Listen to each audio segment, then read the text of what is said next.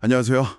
오늘 바로 그 철학자 한스 가다머의 철학적 해석학에 대한 이걸 보다 보니까 아주 근본적인 질문이 하나 생기더라고요. 우리가 뭐 책이나 영화 아니면 바로 당신이라는 한 사람을 이해한다고 할 때 그 이해가 과연 객관적일 수 있을까요? 내 해석이 언제나 옳다 이렇게 말할 수 있을지. 네, 정말 흥미로운 질문이죠. 사실 이게 굉장히 오래된 질문인데 전통적으로는 그렇다, 가능하다 이렇게 봤습니다. 그러니까 해석하는 사람이 자기의 어떤 개인적인 감정이나 시대적 배경, 편견 같은 것들만 싹 씻어내면요. 그러면 대상이 가진 본래의 의미, 그러니까 딱 하나뿐인 객관적인 진실에 도달할 수 있다. 이렇게 믿었던 거죠. 마치 무슨 오염물질을 걸러내는 정수기처럼 내 안에 있는 선입견이라는 필터만 잘 제거하면 그 순수한 원본을 볼 수 있다. 이런 이야기군요. 그런데 가다머는 바로 그 지점에서 판을 완전히 뒤집어 버립니다. 우리가 제거해야 할 장애물, 그 오염물질이라고 생각했던 선입견이 사실은 모든 이해의 필수적인 조건이라고 주장을 하죠. 자, 이 혁명적인 생각 속으로 한번 깊이 들어가 보겠습니다. 우선 가다머가 등장하기 전에 이 전통적인 해석학이 어떤 그림을 그리고 있었는지부터 짚어봐야 할 것 같아요. 핵심은 방금 말씀하신 객관적 이해를 달성하는 거였잖아요. 예를 들어서 당심이 오직 텍스트 자체에만 집중해서 작가가 원래 의도했던 메시지를 찾아내는 거죠. 마치 고고학자가 유물을 발굴하듯이 텍스트 안에 딱 묻혀있는 그 단 하나의 진실을 캐내려는 시도인 겁니다. 잠깐만요. 근데 그게 현실적으로 가능한 이야기인가요? 아무리 노력을 해도 사람이 자기 경험이나 가치관을 완벽하게 지운다는 게 약간 지금부터 코끼리는 생각하지 마라고 말하는 것처럼 들리는데요.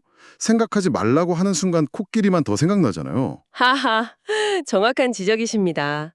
그런데 당시에는 그게 가능하다고 믿었고 심지어 그걸 위한 방법론까지 만들었죠. 바로 해석학적 순환이라는 겁니다. 작품의 어떤 특정 부분, 예를 들면 한 문장이나 한 장면을 통해서 전체 줄거리를 추측하고요.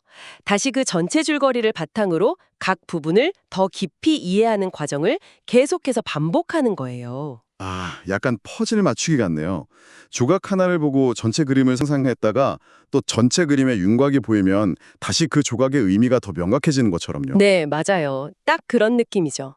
그 순환을 계속 돌다 보면 언젠가는 모든 조각이 딱 들어맞는 완벽한 그림, 즉 객관적인 이해에 도달한다. 그리고 그 작품에 대한 해석은 종결된다. 이렇게 생각했습니다. 이런 관점이 굉장히 과학적이에요. 해석하는 주체인 나하고 해석 대상인 작품을 명확하게 분리하는 이른바 주객 이분법에 기초하고 있거든요. 마치 과학자가 현미경으로 세포를 관찰하듯이 나와 대상은 서로 아무런 영향을 주지 않는 단절된 상태에서 내가 일방적으로 대상의 진리를 파악하는 방식인 거죠. 바로 여기서 가다머의 스승이죠. 하이데거가 등장하면서 이 단단해 보이던 벽에 금이 가기 시작하는군요. 그렇습니다. 하이데거가 이해의 선구조라는 개념을 제시하면서 모든 걸 흔들어 버립니다. 이게 무슨 말이냐면 아주 간단하게 말해서 인간은 절대 세상을 백지 상태에서 만나지 않는다는 거예요. 우리는 이미 무언가를 이해할 수 있는 특정 관점, 경험, 지식의 틀, 그러니까 자기만의 문맥을 가지고 태어난다는 거죠. 잠깐만요. 그럼 우리가 평생 없애려고 노력해야 할 장애물이라고 생각했던 게 사실은 이해를 위한 출발선이었다는 거잖아요. 이건 관점을 그냥 180도 뒤집는 이야기인데요. 바로 그겁니다. 영상에 나온 그 철수의 예가 이 지점을 아주 잘 보여주죠. 철수가 1년 전에는 간디의 자서전을 읽고 그를 비폭력 저항의 성인으로 존경하면서 읽었어요. 그런데 1년 동안 세상사를 겪고 또 간디가 사실은 인도의 불가촉 천민 해방운동에 반대했다는 그런 비판적인 자료를 접한 거예요. 그 후에 다시 그 책을 읽는다면 과연 어떨까요? 당연히 완전 다른 책으로 읽히겠죠.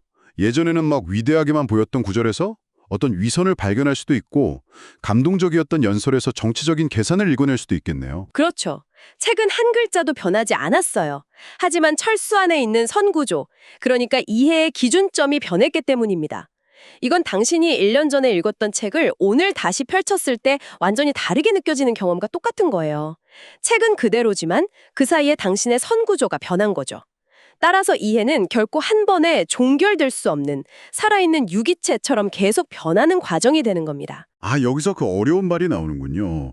해석하기 단순히 대상을 어떻게 알 수 있는가 하는 인식론의 문제에서 우리가 세상 속에서 어떻게 존재하는가 하는 존재론의 문제로 판이 바뀌었다고요. 이것 좀 더 쉽게 풀어주실 수 있을까요? 아, 네. 좋은 질문이에요. 이게 좀 어려운 개념인데 이전까지는 이해를 나라는 주체가 저 바깥에 있는 책이라는 객체를 어떻게 정확하게 파악할 것인가? 이런 지식의 문제, 즉 인식론으로 봤어요. 그런데 하이데거부터는 그게 아니라는 거죠. 나와 책은 처음부터 분리된 존재가 아니라 이해라는 사건 속에서 이미 서로 얽혀 있는 관계라는 겁니다. 그러니까 이해는 지식을 얻는 행위가 아니라 내가 세상과 관계 맺는 방식 그 자체, 즉 존재론적인 사건이라는 뜻입니다. 그리고 가다머는 스승의 이 이해의 선구조라는 개념을 선입견이라는 조금 더 도발적인 단어로 발전시킨 거고요. 맞습니다. 여기서 진짜 정말 중요한 건요. 가다머가 선입견을 좋다거나 옹호한다고 말한 게 아니라는 겁니다. 자료에서도 이 점을 강조하더라고요. 선입견은 좋고 나쁨의 문제가 아니라 인간이 벗어날 수 없는 조건이자 본 모습 그 자체라고 본 것이죠. 이 한계를 인정해야만 비로소 진짜 이해가 시작될 수 있다. 이게 바로 가다머 철학의 출발점입니다. 알겠습니다. 선입견은 피할 수 없는 현실이다. 이 말이군요. 그런데 그게 좀 위험하게 들리기도 하거든요.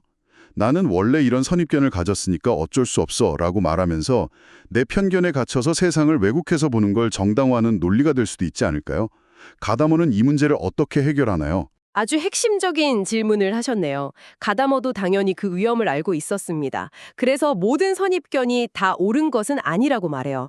그는 정당한 선입견과 그릇된 선입견을 구분해야 한다고 강조하거든요. 그리고 그 구분은 바로 대화를 통해서 이루어집니다. 이 대화를 이해하려면 먼저 영향사라는 개념을 알아야 합니다. 영양사요? 또 어려운 단어가 나왔네요. 하하, 어렵게 들리지만 사실 간단합니다. 우리는 진공 상태에서 태어난 존재가 아니라 태어나기 전부터 이미 흐르고 있던 거대한 역사의 강물 한가운데에 던져진 존재라는 거예요.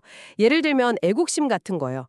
당신이 나는 오늘부터 애국심을 갖기로 선택하겠어 라고 해서 생긴 게 아니잖아요. 그렇죠. 그냥 어릴 때부터 아주 자연스럽게 배우고 체득한 것에 가깝죠? 바로 그겁니다. 내가 원하든 원치 않든 대한민국이라는 거대한 이야기의 한복판에 태어났고 그 이야기의 규칙과 분위기에서 자유로울 수 없다는 뜻이죠. 우리가 김치를 당연하게 먹는 것처럼요. 우리의 선입견은 바로 이 거대한 영양사 속에서 형성됩니다. 그리고 이 영양사와 선입견 때문에 우리의 시야는 제한될 수밖에 없는데 이걸 지평이라고 불렀군요. 방 안에 있으면 방 안만 보이고 옥상에 올라가야 더 넓게 보이는 것처럼요. 정확합니다. 우리는 각자 자기만의 지평을 가지고 세상을 보는 거죠. 그리고 가다머가 말하는 이해는 바로 이 서로 다른 지평들이 만나는 과정에서 일어납니다. 여기서 가다머가 정말 멋진 비유를 드는데요. 바로 놀이입니다. 놀이요? 이해가 놀이라니? 좀 의외인데요? 여기서 말하는 놀이는 우리가 흔히 생각하는 승패를 가르는 스포츠 경기가 아니에요. 오히려 재즈 연주자들이 즉흥 연주하는 것에 가깝습니다. 정해진 악보 없이 서로의 연주에 귀 기울이고 반응하면서 함께 새로운 음악을 만들어내는 것처럼 대화도 그런 상호작용이라는 거거든요. 연주를 하다 보면 연주자들이 놀이를 이끄는 게 아니라 오히려 그 음악이라는 놀이 자체가 연주자들이 이끌어가는 그런 순간이 오잖아요. 이해도 마찬가지입니다. 아, 이제야 좀 감이 오네요. 내가 주체로서 객체인 당신을 일방적으로 분석하고 판단하는 게 아니군요. 변화하는 나와 변화하는 당신, 이 두 존재가 대화라는 놀이에 함께 참여해서 뭔가 새로운 것을 만들어나는 과정이다. 이런 말이네요. 완벽한 이해입니다. 그리고 그 만남과 놀이를 통해서 서로의 지평이 합쳐지고 넓어지는 것. 이게 바로 그 유명한 지평의 융합입니다. 나의 지평과 당신의 지평이 만나서 완전히 새로운, 더 넓은 지평을 만들어내는 거죠. 그 지평이라는 개념 정말 와닿네요. 제가 어릴 때 살던 동네가 세상의 전부인 줄 알았는데 서울에 처음 와서 그 수많은 빌딩이랑 인파를 보고 느꼈던 충격이 떠올라요. 말 그대로 제 지평이 깨지고 확장되는 순간이었죠. 가다머의 철학은 그런 개인적인 경험에도 다 적용이 될 수 있겠군요. 물론입니다. 이렇게 해서 얻어지는 이해는 영원불변의 객관적인 진리가 아니에요. 역동적인 삶 속에서 경험을 통해 얻어지는 순간의 진실에 가깝죠. 하지만 가다머에게는 이것이야말로 과학적 진리보다 인간에게 더 중요하고 진실된 진리입니다. 왜냐하면 누군가를 한번 이해했다고 해서 아, 넌 이런 사람이야 라고 고정된 틀에 가두는 건 살아있는 사람을 박물관에 박제해버리는 거나 마찬가지니까요. 결국 이건 우리가 누군가와 논쟁할 때 목표를 이기는 것이 아니라 서로를 이해하는 것으로 바꿔야 한다는 뜻이기도 하겠네요. 내 주장이 옳다는 걸 증명하려는 순간 그 대화라는 놀이는 멈추고 지평의 융합은 불가능해지겠죠. 그리고 어쩌면 당신이 이 분석을 의뢰한 것 자체도 당신의 지평과 가다머라는 텍스트의 지평이 만나서 새로운 이해를 만들어내는 그런 지평의 융합 과정이라고 볼 수도 있겠고요. 오늘 우리가 이렇게 해석에 대한 두 가지 길을 쭉 따라 걸어와 봤는데요. 내 안의 선입견을 모두 제거하고 단 하나의 객관적 진실을 찾으려는 길에서 출발해서 오히려 우리의 한계인 선입견을 끌어안고 대화라는 놀이를 통해 역동적인 이해를 함께 만들어가는 가다머의 길에 도착했습니다. 네. 가다머의 관점은 당신이 세상을 이해하는 방식에 아주 중요한 시사점을 줍니다. 진정한 이해라는 게 상대방을 완벽하게 분석해서 정답을 찾아내는 과정이 아니라는 거죠. 나와 대상이 서로 영향을 주고받으면서 함께 변화하는 그런 끝없는 대화라는 것. 결국 정답을 찾는 과정이 아니라 의미를 함께 만들어가는 과정인 셈입니다. 하지만 여기서 마지막으로 당신에게 생각해 볼 질문을 하나 남기고 싶습니다. 오늘 다룬 자료의 마지막 부분을 보면 가다머의 철학 역시 심각한 문제점을 지니고 있고 다른 철학자들에게서 날카로운 비판을 받았다는 점이 언급됩니다. 그의 이론이 전통이나 권위를 무비판적으로 수용하게 만들 수 있다는 그런 지적이었죠. 그렇다면 이런 질문을 던져볼 수 있지 않을까요? 만약 대화를 통한 지평의 융합이 새로운 진실을 밝히는 게 아니라 그저 서로의 편견을 강화하고 기존의 권력을 정당화하는 것에 그친다면 어떻게 될까요? 이 아름다운 이해의 모델이 품고 있을지 모를 어두운 이면은 무엇일지 한번 곱씹어 보시는 것도 흥미로운 탐구가 될 겁니다.